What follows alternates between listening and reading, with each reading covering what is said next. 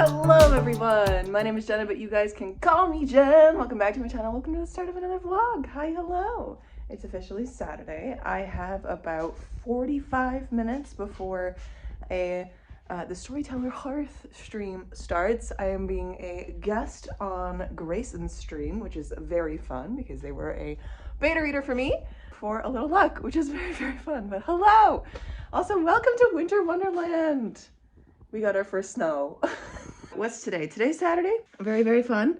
Woo! That lighting is so nice though. I will say, when it snows, it gets so much brighter outside when it's sunny. Anyway, so today is kind of a jam-packed day. I have the stream at 2 my time. I think it only goes for like an hour. And then after that, I'm gonna be running out and going to Mom and Dad's to pick up some stuff. So I'm probably gonna go do that, and then I should go grocery shopping as well. And I have like an inkling because tonight, it was my bagel. Tonight is my friend Sophie's, we're doing Halloween, but we're doing like a really relaxed Halloween. Halloween this year is a Tuesday, right? Which is annoying, mainly because I prefer when Halloween's on a weekend. Although I will say, I like when Halloween's on a work day sometimes, because if I'm teaching, it's fantastic. Because then I get to see all the little kids in their costumes and it makes my day.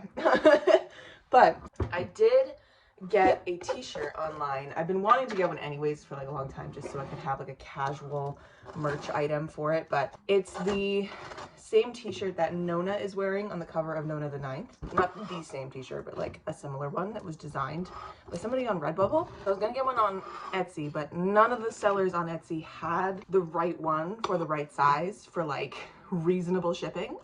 Because Etsy shipping is fucking ridiculous right now. I'm gonna be like a low-key Nona the Ninth. So I'm deciding whether I want to wear leggings tonight with it, or like see if I have any black pants that'll fit. I don't have a lot of pants.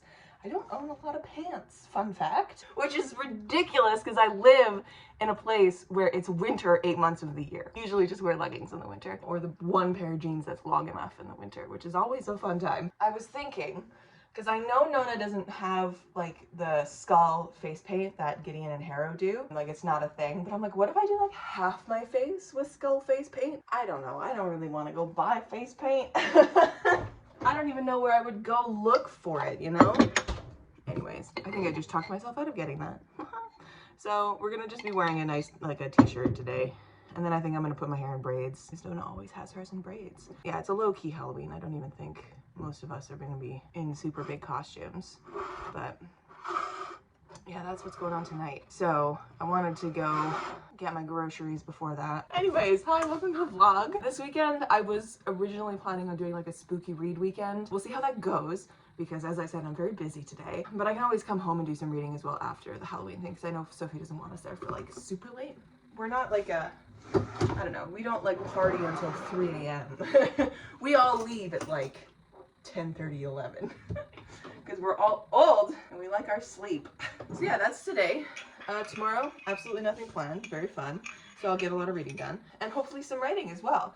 I did write a little bit this week, not a whole lot, but I would like to write a little more this weekend. Hopefully get me closer to that 10,000 word mark that I talked about last weekend. I'm gonna put this down and I'll talk to you. Hold on. So yeah, Project Favor, which is book 3, is underway very, very slowly. I know we're kind of running up on the edge of NaNoWriMo now. I've been saying that I don't want to do NaNoWriMo normally. I just want to focus on trying to get through a draft, or the majority of a draft now, because I don't have as much of a draft as I would have liked. But that's kind of the, you know, seasons of creativity. It happens. And I also released a book, The World is Falling Apart, etc., etc. So I have about 6,000 words, almost 7,000 at this point, I think, in that draft. And today there is a live stream, so hopefully I can get a couple hundred more words down. It is a social live stream, so I don't know how much sprinting we'll be doing, but that'll be okay. Outside of writing, I have also been doing the audiobook for a second story. So I have 4 chapters recorded. 2 of them have been edited. 2 of them I recorded last night and need to edit. So I would like to get more done. But the fun thing is I have to balance, one, to make sure my voice doesn't go crazy. I have to film it. I have to record them in the spaces of time when there's no noise in my place. So like right now it wouldn't work because my neighbors are listening to their music really loud. I think that's in response to me listening to Taylor Swift earlier. because I was listening to 1989 TV. And then I noticed them turn on their music, so I think they were just blocking me out. But also my fridge makes a lot of noise, so when it goes quiet, that's my space of time where I can record audiobook, which is very fun. I have been loving that thing. I am doing a audiobook only vlog to like document the progress, which is very fun, and the whole process. Anywho, let's talk about the books that I do want to read this weekend. So I have been reading Night Film since last week, and this book is so fucking long. I didn't realize this book is almost 600 pages. Every time I pick this book up, I'm like, man, it's so heavy. It is fucking 600 pages with the acknowledgements, 599 pages. It's heavy.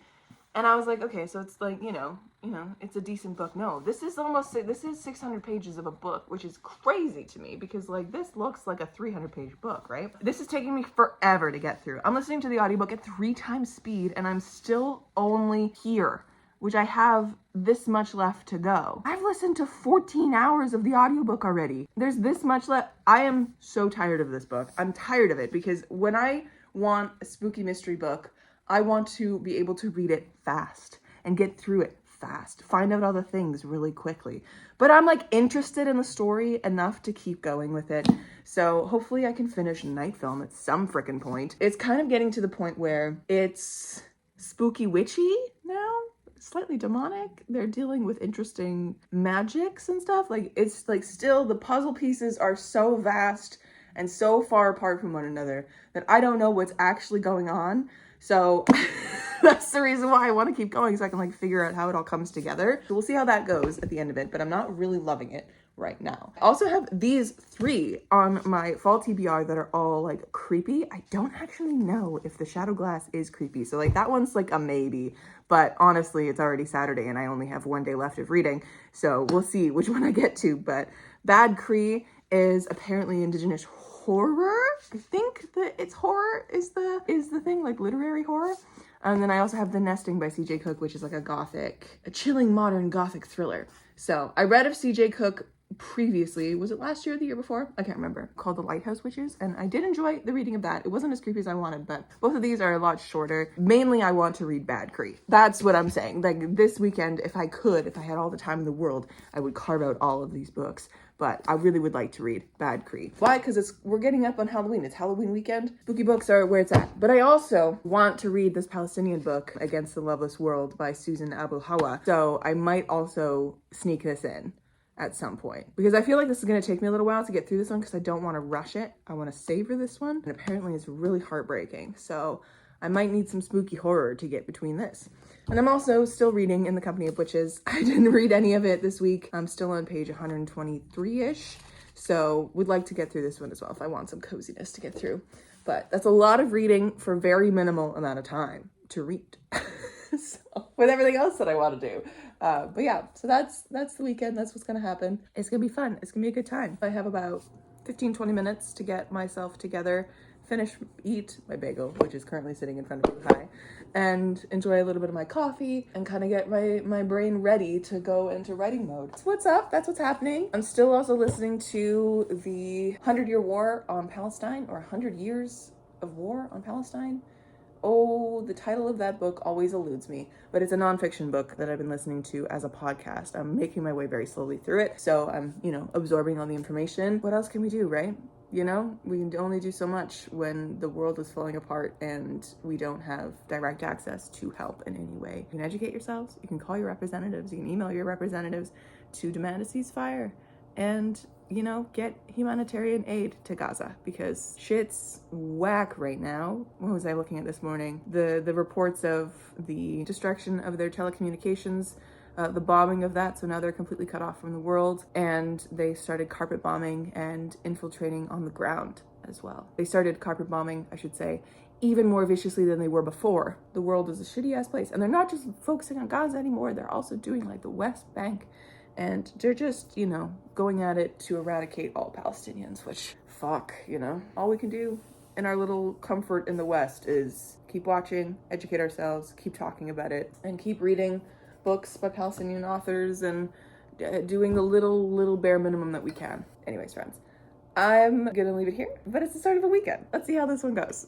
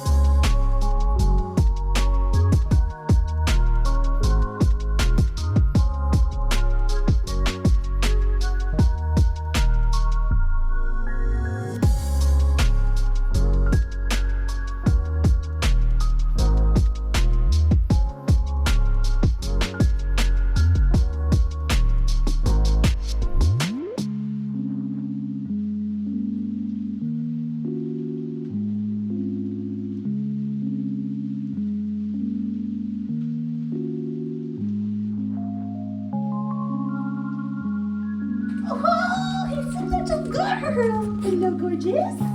Hello. How are you feeling? Oh, you're doing a dance. You're doing good. Yeah? Come on. Let's go see. Come on. Go on. Go on. Yeah. Oh.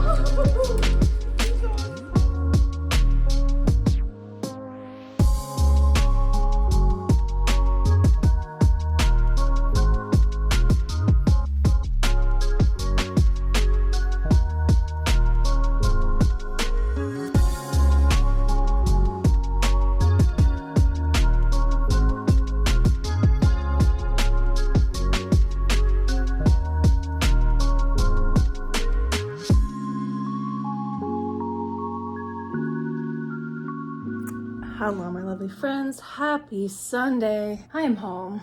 I had a great dinner at Mom and Dad's, which ended with me being so livid about a debate we were having about the Israel-Palestine situation that I was like, all right, I gotta go grocery shopping, which I did. I did need to. But also, the live streams. I am now gonna watch Amy's stream. Am I gonna actually write for the live stream? I don't think I have the capacity to right now because I'm so irate. I like angrily walked around Sobeys, getting my groceries, came home and showered because I just needed to chill. Fun times, but at least dinner was good.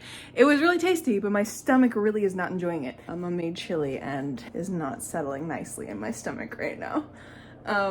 Anyways, I'm back home. That's what's going on. It's Sunday. Today, what did I do today? I'm gonna go sit down. I feel like I need to pace angrily, but I'm not as angry now, thank God. But yeah, you know, world's a shitty ass place. It's always fun to have debates with your parents. It's fine. It's okay. Everything's fine. Lovely times. Well, what did I do today? That's a great question. I ended up starting and reading about 170-ish pages, 173 pages of Against the Loveless World by Susan Abu Hawa, and just getting so sucked into this. It is so much. Maybe this is also why I'm in a mood. It is so much to handle. This follows the story of Nar. You get her in two different timelines. You get her in like the now when she's being imprisoned for being a terrorist or something like that. Yeah, she shares her life story from an Israeli solitary confinement cell. So she starts from like being a young woman who is like dreaming of getting married and is living in Kuwait as a Palestinian woman. She doesn't know Palestine at all. She thinks like she's very like Kuwait's my home kind of a thing. She goes through a lot of hardships to just help keep her family afloat, to the point where she becomes a sex worker and it just undergoes the most heinous crimes through that. Then you see the Saddam Hussein, when Saddam Hussein invaded Kuwait. That happened, and then the Americans came in, and then they got displaced again. And so I'm kind of at the spot where our main character Nar, they've moved to somewhere else, and then they're kind of, you know, settling in a little bit, and our main character ends up going to Palestine to officially divorce her husband, who she was married to but like hadn't seen in years. Like he left her not even a year into their marriage for many reasons, and she's now witnessing Palestine and learning more. Yeah, it's a lot. It's heavy, but it's beautifully written, and I'm so intrigued by it. So I am gonna keep reading this at some point. I needed to take a break though, because it was one of those things where I got to page like 170 and I was like, I should really not read this in one day and just kind of let what I have read sink in and then come back to it, take my time with this. And I've completely fallen out of that like spooky season read vibe that I was in.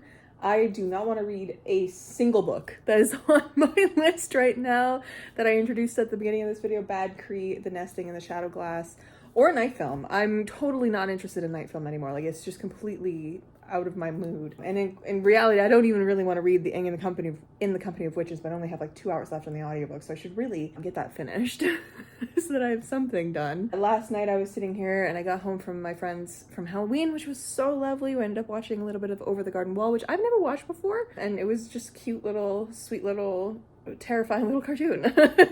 We watched I think 4 or 5 episodes, but when I came home I was just sitting on the couch like I know it would be a really terrible idea for me to start Bad Creek because it is a horror novel and I don't want to keep reading Night Film because I'm just not interested in it. Like, it's not going fast enough for me and it's not like interesting enough. Like, I do want to find out what happens, so I might like skim to the end at this point. Maybe that's what I'll do. I don't know. I just need to read something and do that. So I might do that during Amy's stream because I just don't really want to write right now. I did write about 800 words earlier as well. Once I took a break from Against the Loveless World, I turned to my writing and wrote a little bit, but I'm angry and I'm irritated, and that's not a good mood to be in when I'm writing my cozy fantasy, you know? So like it would probably help a little bit, but just like I'm not even in the mood to write. It would probably help to like actually dive in and do some writing, but no, not right now. I am too irate for that, so we'll see what I end up doing. But I also have, as an option, Spells for Forgetting by Adrienne Young. I have this library book as well that I could dive into because this is apparently very fall. And I don't know when this is due back in. So I've had it for a little bit, it's probably soon. So I should probably get to this at some point because I really do want to read it. Like, this is the second time I've had this out on hold. I love that this angle is like here now. Let's turn you. There we go. Oh, I'm just gonna hang out here. I got some ice cream in the freezer. I'll hang out and we'll see what happens. But yeah, these are the two that I've been currently reading since last weekend. So I should finish at least one of them.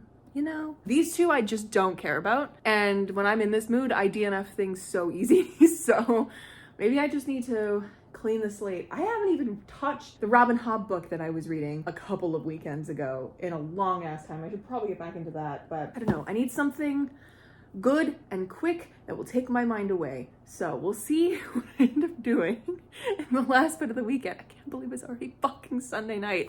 I was just sitting in my bathroom for a moment before getting in the shower and I was just like, it's already fucking Monday tomorrow. Like, I think I'm gonna take Friday off. Because I was gonna take Monday off, but then my parents previously did ask me if I could look after Bella on Friday because they were gonna go to the States for like a day. They were gonna leave at like 5 a.m. So I was gonna go over Thursday night and look after Bella all day and like work from there. But I don't want to bring all my computer stuff there. So I was like, maybe I'll just take Friday off instead and then have that as a day because I really need a day. I just need a day. Maybe hanging out with my dog will help. So I think I might do that. I might take Friday off. But good things this week coming up. What do we got? We've got tomorrow is my long ass teaching day, which not looking forward to, but it's okay. My kids are great. I really enjoy teaching when I'm there. It's just the prospect of like having a really long day is a lot. Tuesday is Halloween, which is gonna be fun because I get to see some nuggets and costumes when I go teach. And I also get to go home early, I think, because all of my kids on Tuesday are quite young. They're all trick-or-treating age. So I usually get home around 8 when I teach full time. All my kids on Tuesdays, but if the last couple kids are trick-or-treating, I'm not gonna be sitting there waiting for them, you know? I might wear my Nona burger shirt that day, just so that the kids are like, oh my god, you're wearing a burger shirt. So I think that would be kind of fun for them. God, I feel better already talking to you guys. This is good. This is why you guys are my friends. You guys are my internet friends, and I'm talking to you right now, and I'm feeling better the more that I'm talking to you. Amy's stream has 9 minutes left, so I'm gonna officially join. 9 minutes left of the sprint that's currently going. I'm gonna officially join, and then I'm gonna kind of decide what I want to focus on tonight, whether I'm gonna polish one of these two off, or if I'm gonna flip through Night Film. I'm like, honestly, these two, I kind of just want to skim through, but I know I'm gonna like this, because the vibes are exactly it. But then, I don't know. Maybe I just need to like actually dive into something good, like Bad Cree, and like just get really hooked in, or potentially Spells for Forgetting and just get really hooked in, you know? So we're gonna decide, and I'll let you know what I decide to do for the rest of Sunday night. A few moments later. I'm so confused. Oh, I just finished Night Film. I didn't even bother with the audiobook for the last bit there. I basically skim read it, but like more intensely skim read it because I was still like caught by the story and the mystery, but spoilers. Spoiler warning if you don't want to be spoiled for Night Film by Marissa Pessel. But we don't actually get an explanation for Ashley's behavior before she allegedly committed suicide. We don't get the explanation. We don't actually know what happened to her. This whole book I was going into because we were finding out what happened to Ashley Cordova. We don't find out what actually happened to Ashley. We just find out that she was sick, which fucking lame fucking excuse. I'm so mad. You do not throw an "it was cancer" to explain this young girl's like black magic demonic activity as a kid and as a teenager. Like, what the fuck? Hey, what the shit? I'm so mad. This is a mystery book that is 600 pages long. It is too long. And we don't get answers to what happened to Ashley. Like, are we just supposed to assume that, yeah, no, she did commit suicide because she didn't want to be sick anymore? What a lame, no, cop-out. Like, this was so, it was getting so fucking convoluted and twisted at the end. And it was so, like, lame, the ending. Like, it got so twisted and so spooky, and our main character got caught up in this, like, demonic thing where he was, like, believing that he was part of one of Cordova's films, because Cordova's known for these horror films, as I explained in my previous vlog. I'm like, this would be so cool if this was actually real. Like, have it end up being him, like, find out and have a thriller ending. But it was such a cop-out. It was going to go see this Cordova's, like, assistant, and her being like, no, Ashley had cancer, and it, like, came back like 4 times when she was just a kid. Like, and she just, in the last time there, her mom had a witch come and stay with them for 4 months for fun, and that, like, convinced Ashley's brain that, like, things were, like, all this black magic stuff was real, and then she started, like, actually casting spells and shit. And, like, the way that this book reads, it's, like, gently, like, it feels like the black magic stuff is real in here. Like, you're supposed to believe that it is real in a way, so that Ashley was, like, actually doing this stuff, and she believed she was in danger. And there were so many people tied up in this story, and we don't even get a, like, this is what happened to Ashley. She's the focus of this entire fucking story, but she's not even given the last word. The last word gets to her father, because our main character goes and finds Cordova finally, who's in hiding. Like, what the fuck was this book? I'm so mad. 600 pages for what? Oh, okay, anyways, that's done. I think I might read a little bit of Bad Cree now, just because I've heard it's really good. Do I want to be creeped out? It's like 10:30. I need a win. Not that the other book I was reading this weekend wasn't a win. This is beautiful, and I'm really, really enjoying it, but this will be one that I savor and kind of take with me as I go. It's not a read in one sitting kind of book. This one might be. Let's see.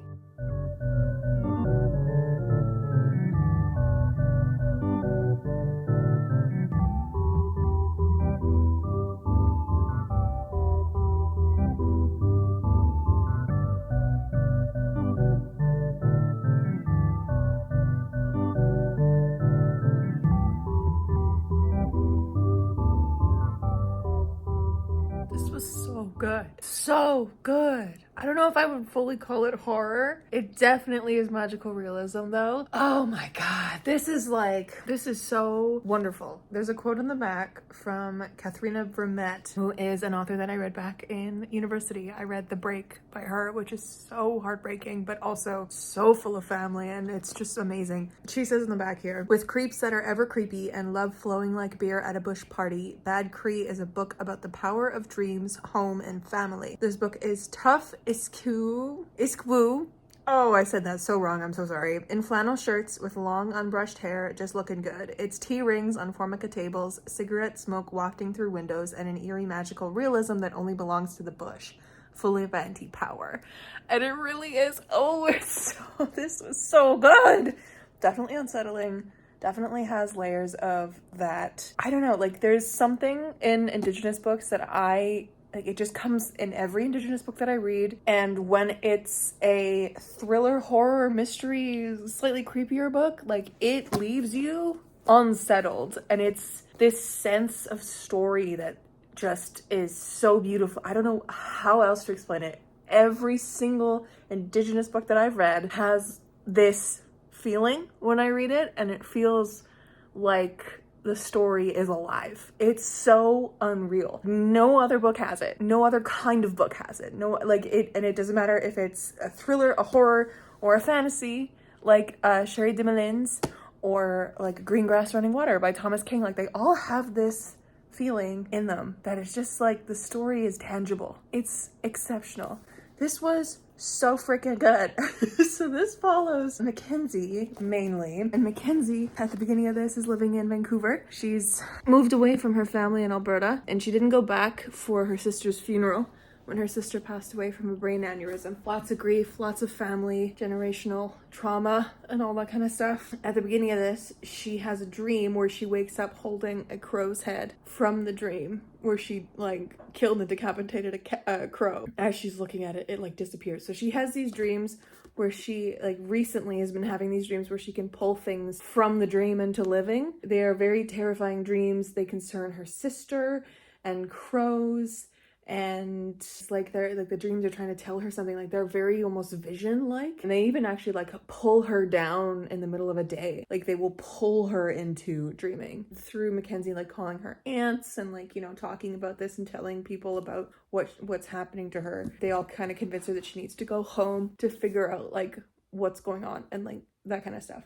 And there she like finds out that her whole family, like the women in the family, all have like slight like dream powers. And it's gently creepy because there's something else happening. Like these dreams are creepy as hell. Like it's got like a monster at the middle of it. It's great. It's great. What can I compare this to? I can kind of compare this to Sherry DeMelin's Empire of Wild, which focuses on not the werewolf myth, there's a word for it, the rougarou is what she calls it in that book. And I can also kind of compare it to the tense feeling of reading Wabgishe Grice's Moon Over the Crusted Snow. Ooh, but I liked this so much more than both of those books because it had the like family flavor of The Break. Oh, this is so good. Oh, I loved this. Oh, what a good choice on my part.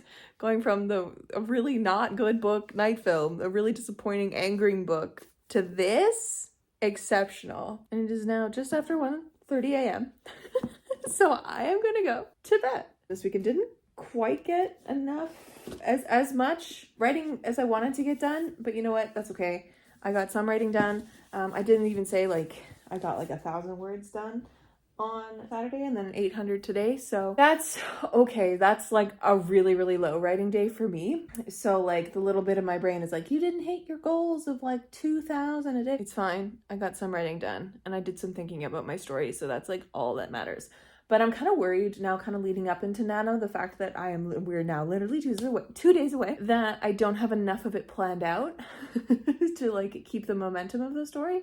I think I do. I just need to like let the story carry me where it wants to, because I think what it is that I'm a little bit scared to do that again, because it's been so many years since I've let the story carry me where it wants to carry me. The discovery draft of it all, if you will. I know the main beats, sort of. I don't actually know like the main like save the cat beats, but I do have an idea of like midpoint and like kind of the elements of the story that I want to bring in, like where everything kind of ends and like where everything like kicks off. So like I know the stuff, I just need to actually tell myself the story, and that's what I'm going to be doing. Hopefully by the end of the year I have a finished draft, and I've told myself the story so that in the new year I can start up editing it and getting it pretty and like actually making it a proper book that's good for people. I'm rambling, I need to go to bed.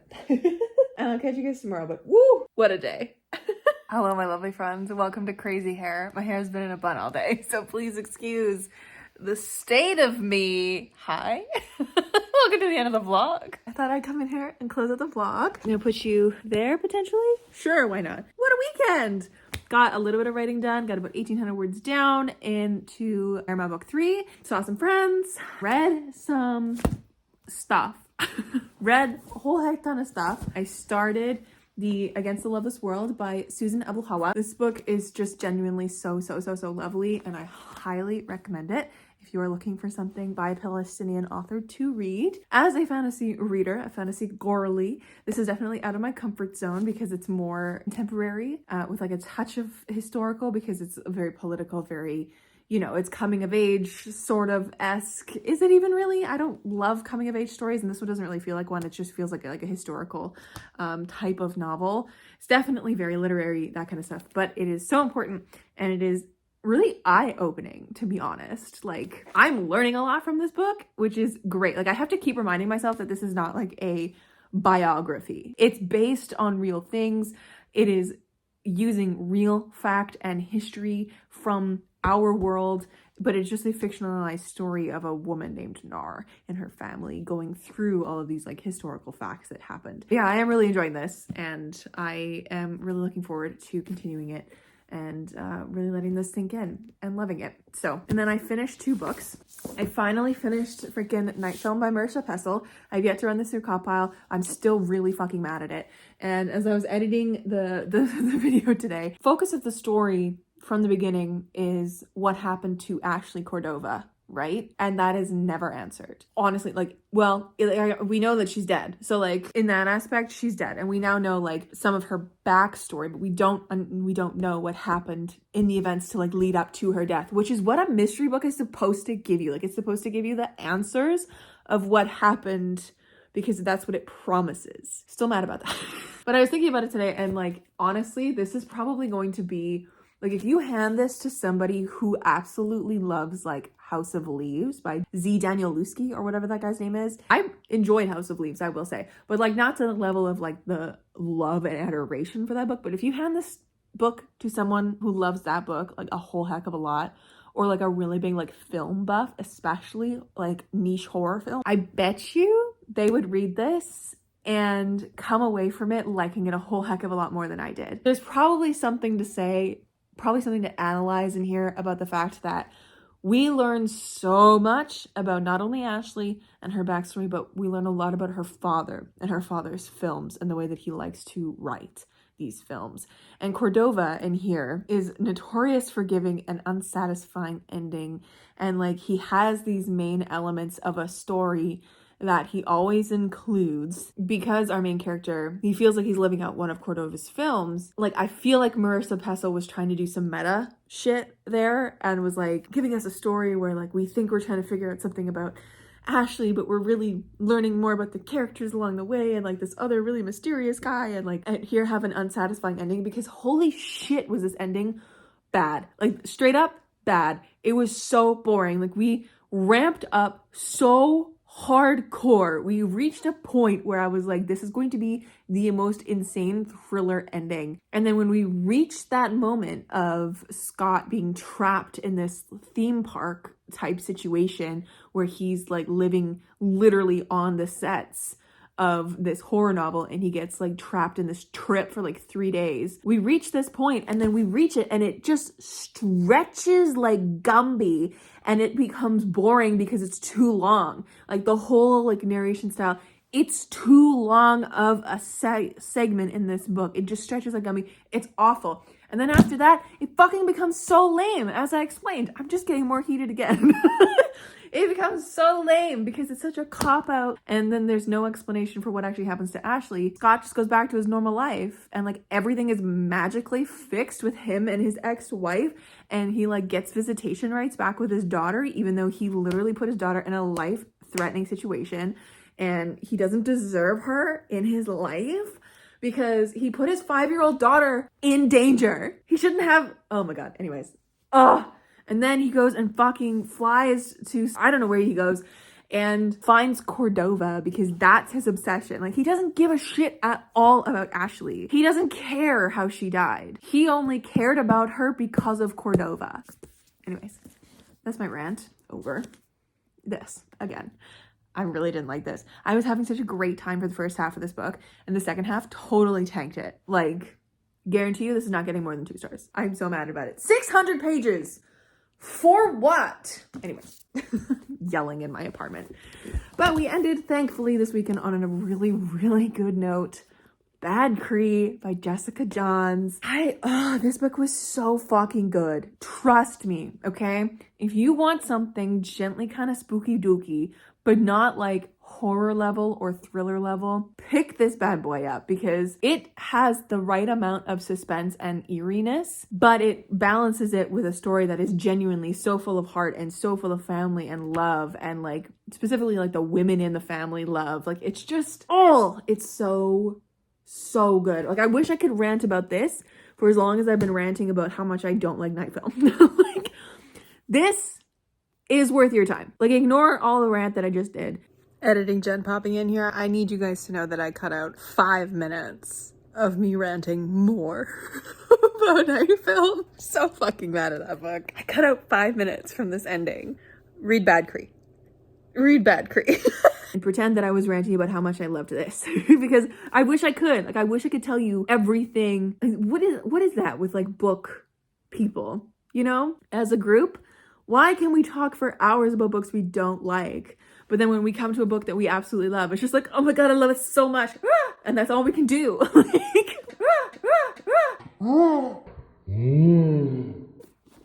Trust me, this was so good. So well written, so well paced. I loved the characters. I loved the dreams in here. I loved the aspect of bringing in Cree folklore in here and community in here, and also like the genuinely incredibly terrible real life, like today, greed and oh God, greed and destruction on Indigenous lives that a lot of like societies pushes, especially like the oil industry, and like how much that has messed up people's lives and livelihoods and homes and shit. Bringing in that and like generational trauma, and this was beautifully done. Genuinely such a good book. Please read it. This is so good. Anyways, what a weekend. What a time. I'm riled up now. It is midnight. Hello. I need to finish editing this vlog and have it up for you guys. This is the state of me right now. Happy Monday. Happy Halloween. It's not Monday for you guys. Happy Tuesday. Happy Halloween. I hope you're all doing really well, and I hope you're all enjoying the end of October. And I hope you have a wonderful beginning of your November. I love you all so much. You're all so lovely. Did you know that? I love you. And truly, I love this community that we've created. And I can't believe I look like this right now. Do I have a hair elastic? Let's see. I look absolutely unhinged right now. I feel slightly unhinged. That's a little better. Okay. All right, my friends. I'll catch you in another video very soon. Stay kind and keep on reading.